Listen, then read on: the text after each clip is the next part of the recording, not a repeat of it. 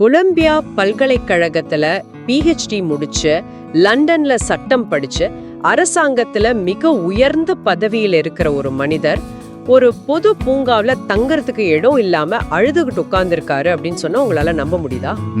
நிஜமாவே நம்புறது ரொம்ப கஷ்டம்தான். ஆனா அதுதான் நிதர்சனமான உண்மை. உங்களுக்காகவே பிரத்யேகமா வடிவமைக்கப்பட்ட இந்த ஆழமான தேடலுக்கு உங்களை வரவேற்கிறோம். இன்னைக்கு நாம டாக்டர் B.R. அம்பேத்கரோட வெயிட்டிங் ஃபார் அ வீசா அப்படிங்கிற சுயசரிதை குறிப்புகளை தான் ஆழமா அலச போறோம். ஆமா, இந்த ஆவணங்கள் வெறும் காகிதங்கள் கிடையாது. இது ஒரு சமூகத்தோட இரண்ட பக்கத்தை அப்படியே தோலுரித்து காட்டுற கால கண்ணாடிகள் அப்படின்னு தான் சொல்லணும். சரியா சொன்னீங்க. இன்னைக்கு நம்மளோட முக்கிய கவனம் என்னன்னா இந்த ஆவணங்கள்ல இருக்கிற ஒரு தனித்துவம், அதாவது அந்த அசல் தன்மை. அவர் சாதிய பாகுபாட்டை வெறும் தத்துவார்த்தமாகவோ அல்லது அரசியல் ரீதியாகவோ மட்டும் அணுகல. கண்டிப்பா தன் சொந்த ரணங்களையும் சக மனிதர்களோட வழிகளையும் ஆவணப்படுத்தி அதை மறுக்க முடியாத சாட்சிகளா அவர் கண்முன் நிறுத்துற அந்த எழுத்து நடை தான் ரொம்ப முக்கியம். அதத்தான் இன்னைக்கு நம்ம ரொம்ப ஆழமா பார்க்க போறோம். இந்த உரையாடல் கண்டிப்பா உங்க மனசுல பெரிய தாக்கத்தை ஏற்படுத்தும். சரி, இத முழுமையா புரிஞ்சுக்க 1901 நடந்த ஒரு சம்பவத்துல இருந்து நாம தொடங்கலாமா? தாராளமா தொடங்கலாம். ஒரு 9 வயசு சிறுவன் தான் அண்ணன் மற்றும் அக்கா மகன்களோட கோரேகாவ் அப்படிங்கிற ஊர்ல இருக்கிற தன் தந்தையை பார்க்க பயணப்படுறான். அது ஒரு நீண்ட பயணம். அந்த வயசுல பயணம்ங்கிறது குழந்தைகளுக்கே ஒரே ஒரு உற்சாகமான விஷயமா இருந்திருக்குமே. ஆமா, ரொம்ப உற்சாகமா கிளம்புறாங்க. அவங்க பட்டு பார்டர் வச்ச வேட்டி, புதிய ஆடைகள் எல்லாம் அணிந்து கொண்டு ரொம்ப வசதியான தோற்றத்துல மசூர் ரயில் நிலையத்துல இறங்குறாங்க. பாக்குறதுக்கு நல்ல பணக்கார குழந்தைகள் மாதிரி தோற்றம் இருந்திருக்கும். எக்ஸாக்ட்லி. அந்த தோற்றத்தை பார்த்த ஸ்டேஷன் மாஸ்டர் அவங்க பிராமண குழந்தைங்க அப்படின்னு நினைச்சுக்கிட்டு விசாரிக்க வர்றார். ரொம்ப அன்பா பேசுறார். சரி, அப்புறம் என்னாச்சு? அந்த ஸ்டேஷன் மாஸ்டர் நாங்க யாரு அப்படின்னு கேட்டார். நான் எந்த யோசனையும் இல்லாம நாங்க மகர் அப்படின்னு சொன்னேன். என்ன அம்பேத்கர் தன் குறிப்புல எழுதுறார். ஆடா கடவுளே, அந்த ஒரு வார்த்தை போதுமே. ஆமா, இந்த மகர் அப்படிங்கிற வார்த்தை அந்த 1901 காலகட்டத்துல வெறும் ஒரு சமுதாயத்தோட பேர் கிடையாது. அது ஒருத்தர் தீண்டத்தகாதவர்னு முத்திரை குத்துற ஒரு ஆயுதம். அதாவது ஒட்டுமொத்த சமூக புறக்கணிப்புக்கும் உள்ளாக்குற ஒரு அடையாளம் இல்லையா? மிகச்சரி. அந்த உண்மையை கேட்ட உடனே அந்த ஸ்டேஷன் மாஸ்டரோட முகம் எப்படி அருவருப்பா மாறியது அப்படிங்கறத அம்பேத்கர் மிக துல்லியமா பதிவு செஞ்சிருக்காரு. ஒரு நொடியில அந்த அன்பான முகம் எவ்வளவு மூர்க்கமா மாறுச்சுன்னு அவர் எழுதுறாரு. சரி, இப்ப கொஞ்சம் விரிவாக பார்ப்போம். பள்ளியில தனியா அமழ்வது, தண்ணீர் குடிக்க பள்ளியோட பியூன் வரணும் அப்படிங்கிற விஷயங்கள் எல்லாம் இயல்பா கடந்து வந்த ஒரு 9 வயசு சிறுவனுக்கு இந்த ஒரு அனுபவம் எத்தகைய உளவியல் தாக்கத்தை ஏற்படுத்தி இருக்கும்? அது ஒரு மிகப்பெரிய அதிர்ச்சி தான். தான் ஒரு சாதாரண மனிதன் இல்ல அப்படிங்கறத அந்த பிஞ்சு மனசுல இந்த சமூகம் ரொம்ப கொடூரமா பதிய வைக்குது. அதுவும் புதிய ஆடைகள் எல்லாம் அணிந்து ஒரு சிறுவனா ரொம்ப உற்சாகத்தோட இருக்கும்போது திடீர்னு ஒட்டுமொத்த சமூகமும் அவனை அருவருப்பா பார்ப்பதுங்கிறது சாதாரண விஷயம் இல்லையே. அங்கதான் அம்பேத்கரோட எழுத்தோட ஆழமே வெளிப்படுது. ஸ்டேஷன் மாஸ்டர் போயிட்டாரு, இருட்ட ஆரம்பிக்குது, இருட்டிப்பு கட்டணம் தர்றோம் அப்படின்னு சொல்லியும் கூட அங்க உள்ள எந்த வண்டிக்காரனும் இவங்கள தன் மாட்டு வண்டியில ஏற்றுக்கொள்ள தயாராக இல்லை. இரட்டிப்பு பணம் கொடுக்க முன்வந்தும் அவங்க ஏத்துக்கலையா? இல்ல, தங்களுக்கு தீட்டுப்பட்டு விடும் அப்படின்னு வெளிப்படையா மறுக்கிறாங்க. கடைசியில ஒரு வண்டிக்காரன் மட்டும் ஒப்புக்கொள்றான். ஆனா ஒரு நிபந்தனை. என்ன நிபந்தனை? அவன் வண்டியில உட்கார மாட்டான். சிறுவர்களை வண்டியை ஓட்ட சொல்லிட்டு அவன் வண்டிக்கு கீழே தரையில நடந்து வர்றான். Oh my God. அப்போ ஒரு குழந்தை முதலா தீண்டாமை அப்படிங்கிற கொடூரத்தை இப்படித்தான் உணர்வு பூர்வமா எதிர்கொள்ளுது. ஆமா, அந்த தருணத்தை அம்பேத்கர் ரொம்ப நுட்பமா அதோட அசல் தன்மை மாறாம எழுதியிருக்கார். இருட்டுக்குள்ள அந்த வண்டி போகுது. திடீர்னு அந்த வண்டிக்கார நைட் நேரத்துல வண்டியில ஏறி உட்கார்ந்துக்கிறான். ஒரு நிமிஷம், அப்போ அவனுக்கு தீட்டு போயிடுச்சா என்ன? இருட்டுல தீட்டு வராதுன்னு நினைச்சிட்டானா? அதுதான் முரண். தீட்டை விட அவங்களுக்கு இருந்த இன்னொரு பயம் என்னன்னா, அந்த இருண்ட இரவுல அவன் நம்ம கிட்ட இருக்கிற நகைகளுக்காக நம்மை கொன்று விடுவானோ அப்படிங்கிற பயம். அந்த ராத்திரியோட திகழ வாசிக்கிறவங்களை அவர் அப்படியே அந்த மாட்டு வண்டிக்கே அழைத்து செல்ற மாதிரி அவர் விவரித்திருப்பார். இது எனக்கு எப்படி தோணுதுன்னா, இது ஒரு கண்ணுக்கு தெரியாத தப்பிக்க முடியாத சாஃப்ட்வேர் ஆபரேட்டிங் சிஸ்டம் மாதிரி இருக்கு. அந்த ஊரோட மைண்ட்ல அது ஓடிக்கிட்டு இருக்கு. ரொம்ப சரியான ஒப்பீடு. அந்த பயணம் முழுக்க அவங்க பட்ட கஷ்டம் அவ்வளவுதான்.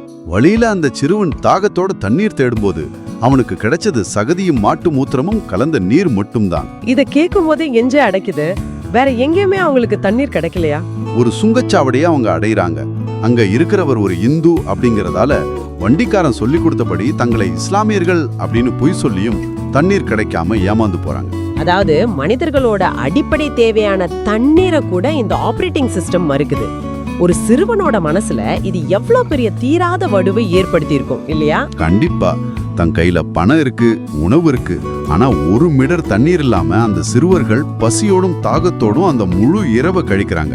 ஒரு ஒட்டுமொத்த சமூகமும் தங்களுக்கு எதிராக எப்படி செயல்படுது அப்படிங்கறத அந்த சிறுவன் முறையா நேரடியாக எதிர்கொள்றான். ஆமா, அதனாலதான் சொல்றேன், இது வெறும் ஒரு சோக கதை கிடையாது. இது ஒரு சமூகத்தோட கூட்டு உளவியலை காட்டும் ஒரு வலுவான சாட்சியம். சரி, இத கேக்குற உங்களுக்கு தோணலாம், இது 1901 ஒரு பாமர சிறுவனுக்கு நடந்தது. ஒருவேளை நல்ல கல்வி கற்றால் பெரிய பதவியில இருந்தா இந்த நிலைமை மாறிவிடும் தானே? ஆனா அம்பேத்கர் அந்த எண்ணத்தையும் சுக்குநூறா உடைக்கிறார். இங்கதான் விஷயமே ரொம்ப சுவாரஸ்யமா மாறுது. அதாவது உலகமே வியக்கும் கல்வி, மிகப்பெரிய பதவி, இவை எல்லாவற்றையும் பெற்ற பிறகும் இந்த சாதிய கட்டமைப்பு அவரை எப்படி நடத்துச்சு அப்படிங்கறத அவர் விவரிக்கும் விதம் உண்மையிலே அதிர்ச்சி அளிக்குது. அவரு 1918 கொலம்பியா மற்றும் லண்டன் பல்கலைக்கழகங்கள்ல உயர்கல்வி முடிச்சிட்டு பரோடா சமஸ்தானத்துல அரசாங்கத்தோட மிக உயர்ந்த பதவியில சேர வர்றாரு. அவர் வெளிநாட்டுல எவ்வளவு வருஷம் இருந்தார்? கிட்டத்தட்ட 5 வருடங்கள். வெளிநாட்டுல சமத்துவமான ஒரு சூழல்ல இருந்ததால தான் ஒரு தீண்டத்தகாதவர் அப்படிங்கிற எண்ணமே அவர் மனதை விட்டு அகன்றிருந்தது. அந்த சுதந்திர காற்றை சுவாசிச்ச பிறகு பழைய ஞாபகங்கள் கொஞ்சம் மறந்திருக்கும். ஆமா, ஆனா பரோடா ரயில் நிலையத்தை வந்து அடைந்த உடனே எந்த இந்து உணவகமும் தன்னை சேர்க்காது அப்படிங்கிற யதார்த்தம் அவரை அரைந்து உணர்த்தது. அப்போ அவர் தங்குறதுக்கு என்னதான் செஞ்சார்? வேற வழி இல்லாம ஒரு பார்சி விடுதியில தான் யாரு அப்படிங்கறத மறைத்து நாளொன்றுக்கு 1.5 ரூபாய் வாடகைக்கு ஒரு அறையை எடுத்து தங்குறார். வெளிநாட்டுல இவ்ளோ பெரிய பட்டங்கள் வாங்கிட்டு வந்து அரசாங்கத்துல பெரிய அதிகாரி பதவியில இருந்துகிட்டு ஒரு பழைய குப்பைகள் நிறைந்த இருட்டான அறையில தங்கி அவர் வேலைக்கு செல்வதே ஒரு மிகப்பெரிய முரண். ஆமா, அந்த விடுதி ஒரு மோசமான நிலைமையில தான் இருந்தது. ஆனா 11வது நாள் நடக்கிறது தான் கற்பனைக்கே எட்டாத ஒரு விஷயம். 11வது நாள் என்னாச்சு? காலையில அவர் அலுவலகம் செல்ல தயாராகும் போது தடி ஏந்திய ஒரு 12 பார்சி மக்களோட கும்பல் ஒண்ணு ரொம்ப கோவத்தோட அவர் அறையை நோக்கி வருது. கம்பு தடியோட அவரை அடிக்க வந்தாங்களா? ஒரு அரசாங்க அதிகாரிய? ஆமா, எங்கள் விடுதியை தீட்டுப்படுத்தி விட்டாயா அப்படின்னு அவரை மிரட்டி அந்த மாலைக்குள் அவர் அந்த இடத்தை விட்டு சென்றாக வேண்டும் அப்படின்னு ஒரு இறுதி எச்சரிக்கை விடுக்கிறாங்க. அந்த ஊர்ல அவருக்கு தெரிந்த நண்பர்கள் யாரும் இல்லையா? உதவி கேட்கலாமே. கிறிஸ்தவ நண்பர்கள் கிட்ட அடைக்கலம் கேட்கிறார். ஆனா எந்த பயனும் இல்ல. இந்து நண்பர், நீ வந்தா என் வேலைக்காரர்கள் ஓடி விடுவார்கள் அப்படின்னு சொல்லி கைவிரிச்சிட்டாரு. கிறிஸ்துவ நண்பரோட வீட்டுக்கு அது போயிருக்கலாமே. அங்கேயும் போக முடியல. அந்த நண்பரோட மனைவியோட பழமைவாத எண்ணங்கள் காரணமா அங்கேயும் செல்ல முடியல. கடைசியா நான் ஆரம்பத்துல சொன்னது போல கமாத்தி பாக் அப்படிங்கிற பூங்காவுல பல மணி நேரம் தனிமையில கண்ணீருடன் அமர்ந்திருக்காரு. எந்த அடைக்கலமும் இல்லாம ஒரு பூங்காவுல போய் உட்கார்ந்திருக்காரு. ஆமா, வேற வழியே இல்லாம அன்னைக்கு ராத்திரியே தம் பதவியை துறந்துட்டு பாம்பேக்கு திரும்புகிறார். இத கேக்குற நீங்க சற்று சிந்தித்து பாருங்க. அம்பேத்கர் தனது கல்வியை ஒரு அப்டேட் செய்யப்பட்ட சாஃப்ட்வேரா மாத்தி கொண்டு வர்றார். ஆனா இந்தியா சமூகத்தோட ஹார்ட்வேர் அவரை ஏற்றுக்கொள்ள மறுத்து முற்றிலுமா புறக்கணிக்குது. ரொம்ப அருமையான ஒப்பீடு.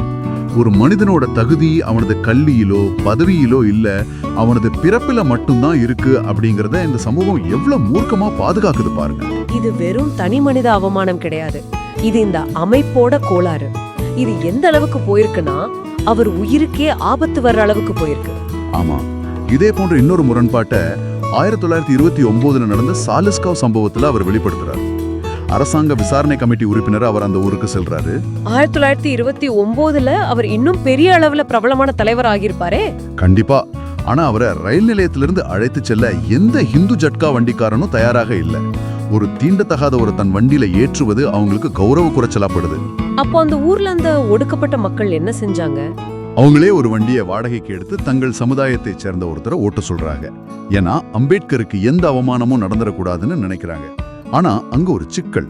என்ன சிக்கல்? அந்த வண்டியை ஓட்டின நபருக்கு வண்டி ஓட்டவே தெரியாது.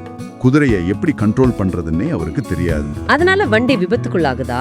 ஆமா, கொஞ்ச தூரம் போனதும் குதிரை மிரண்டு போய் அந்த வண்டி ஒரு பாலத்துல மோதி அம்பேத்கர் தூக்கி வீசப்படுகிறார்.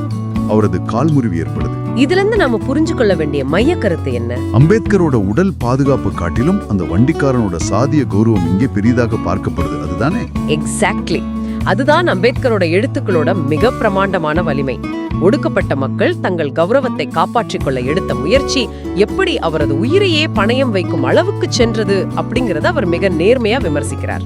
ஆமா, அந்த இடத்துல அவர் அந்த மக்களை குறை சொல்லல, ஆனா அந்த சூழ்நிலையை விமர்சிக்கிறார். என் கௌரவத்தை காப்பாற்ற என் உயிரையே ஆபத்தில் சிக்க வைத்து விட்டார்கள் அப்படின்னு அவர் பதிவு செய்றார். ஒரு சாதாரண வண்டிக்காரனுக்கு இருக்கிற சாதிய கௌரவம் லண்டன்ல படித்த ஒரு பாரிஸ்டரோட பதவியை விட மேலானதா அந்த சமூகம் கட்டமைத்து வச்சிருக்கு. அந்த உண்மைய அவர் எந்த தத்துவங்களாலோ கோட்பாடுகளாலோ சொல்லல, தன் சொந்த உடைஞ்ச காலோட வலியிலிருந்து உணர்த்துகிறார். ஆமா, இதுதான் அந்த எழுத்துக்களோட அசல் தன்மை. தான் கஷ்டப்பட்டாலும் பரவாயில்ல, உண்மை அப்படியே பதிவு செய்றார். இல்ல, ஒரு நிமிஷம். இப்போ எனக்கு ஒரு ஆழமான கேள்வி எழுகிறது. நாம இதுவரை ஹிந்து சமூகத்தோட சாதிய கட்டமைப்பை பற்றி பேசணும். ஆனா பரோடாவில் அவரை மிரட்டியவர்கள் பார்சி சமூகத்தை சேர்ந்தவர்கள். ஆமா, பார்சி மக்கள்.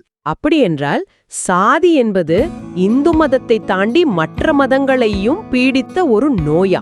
அது எப்படி பரவி இருக்கு? இந்த துணைக்கண்டத்துல உள்ள மற்ற மதங்களை சேர்ந்தவர்களும் இதே மனநிலையில தான் இருந்தாங்களா? இது ரொம்ப மிக முக்கியமான கேள்வி. சாதிய பாகுபாடு என்பது ஒரு குறிப்பிட்ட மதத்தோட பிரச்சனை மட்டும் அல்ல, அது ஒட்டுமொத்த இந்திய சமூகத்தோட உளவியல் கட்டமைப்பு அப்படிங்கறத அம்பேத்கர் தரவுகளோட நிரூபிக்கிறார். ஓ, அப்படியா? வேற என்ன ஆதாரங்கள் இதுக்கு இருக்கு? 1934ல தௌலதாபாத் கோட்டையில நடந்த ஒரு சம்பவம் இதற்கு மிகச்சிறந்த உதாரணம். அந்த பகுதி நிஜாம் ஆட்சியில இருந்த பகுதி. அங்கு தன் சக பயணிகளோட செல்ற அம்பேத்கர் முகத்தை கழுவுவதற்காக கோட்டைக்கு வெளியே இருந்த ஒரு தொட்டியில தண்ணீரை பயன்படுத்துறார். அந்த தண்ணீர் தொட்டி எல்லாரும் பயன்படுத்துற ஒண்ணுதானே? ஆமா, ஆனா அந்த தண்ணீர் தொட்டியை ஒருத்தர் தொடாத்திறக்க ஒரு முதிய இஸ்லாமியர் வந்து, இந்த தீண்டத்தகாதவர்கள் தண்ணீரை தீட்டுப்படுத்தி விட்டார்கள் அப்படின்னு கத்த தொடங்குறார். கொஞ்ச நேரத்திலேயே ஆயுதங்களோட ஒரு இஸ்லாமிய கும்பல் அங்கே கூடி விடுது. ஒரு நிமிஷம், அந்த இடம் நிசாமோட ஆட்சியில இஸ்லாமிய சட்டங்களுக்கு உட்பட்ட பகுதி. அப்படி இருக்கும்போது அங்கே எப்படி ஹிந்து சாதிய கோட்பாடுகள் வேலை செய்யும்? இது எனக்கு புரியவில்லையே. அதுதான் சாதியத்தோட நுட்பமான வலைப்பெண்ணல். அவங்க எப்படியோ பேசி அந்த கும்பலை சமாதானப்படுத்தி கோட்டைக்குள்ள போறாங்க. ஆனா உள்ளே சென்ற பிறகும் ஆயுதம் ஏந்திய ஒரு காவலர் அவங்கள பின்தொடர்ந்து அவங்க கோட்டைக்குள் எந்த தண்ணீரையும் குடிக்க கூடாது அப்படின்னு உத்தரவிடுறார். ரொம்ப அதிர்ச்சியா இருக்கு. அப்போ ஒரு மதமாற்றம் நடந்திருந்தாலும் சமூகத்திலே இந்த ஏற்றத்தாழ்வு மாறல. ஒரு இந்துவுக்கு தீண்டத்தகாதவன் இஸ்லாமியருக்கும் பார்சிக்கும் கூட தீண்டத்தகாதவன் தான் அப்படிங்கிற கசப்பான உண்மையை மிக தைரியமா ஆவணப்படுத்துகிறார் அம்பேத்கர். தீண்டாமை என்பது ஒரு மதம் சார்ந்த கோட்பாடு என்பதை கடந்து அது ஒரு நிலப்பரப்போட கலாச்சார நோயாக பரவி இருக்கு அப்படிங்கறத இது உறுதிப்படுத்துது. ஆமா, எந்த மதமா இருந்தாலும் இந்த நிலத்துல இருக்கும்போது அந்த ஆபரேட்டிங் சிஸ்டம் அவங்களுக்குள்ள இன்ஸ்டால் ஆகிடுது. இத கேட்கும்போது நீங்க முன்னாடி குறிப்புகள்ல சொன்ன காந்தியோட யங் இந்தியா இதழ்ல வந்ததாக குறிப்பிடப்பட்ட அந்த 1929 கத்தியாவார் மருத்துவ சம்பவம் நினைவுக்கு வருது. அது இன்னமும் அதிர்ச்சி அளிக்குது. ஆமா, அது ரொம்பவே மோசமான ஒரு சம்பவம். ஒரு மருத்துவர் தன் மருத்துவ அறத்தை மீறி எப்படி செயல்பட்டார் அப்படிங்கறது கொஞ்சம் விரிவா சொல்லுங்க. கத்தியாவார் பகுதியில உள்ள ஒரு தீண்டத்தகாத சமூகத்தைச் சேர்ந்த ஆசிரியரோட மனைவிக்கு பிரசவத்திற்கு பிறகு ரொம்ப மோசமான நிமோனியா காய்ச்சல் வருது. அந்த பெண் உயிருக்கு போராடிக்கிட்டு இருக்காங்க. சரி, மருத்துவரை கூப்பிட்டாங்களா? ஆமா, ஒரு படித்த மருத்துவரே அழிக்கிறாங்க. ஆனா அந்த மருத்துவர், நான் தீண்டத்தகாதவர் வீட்டுக்குள் வரமாட்டேன் அப்படின்னு மறுக்கிறார். அப்போ அந்த பெண்ணுக்கு எப்படி ட்ரீட்மெண்ட் கொடுத்தார்?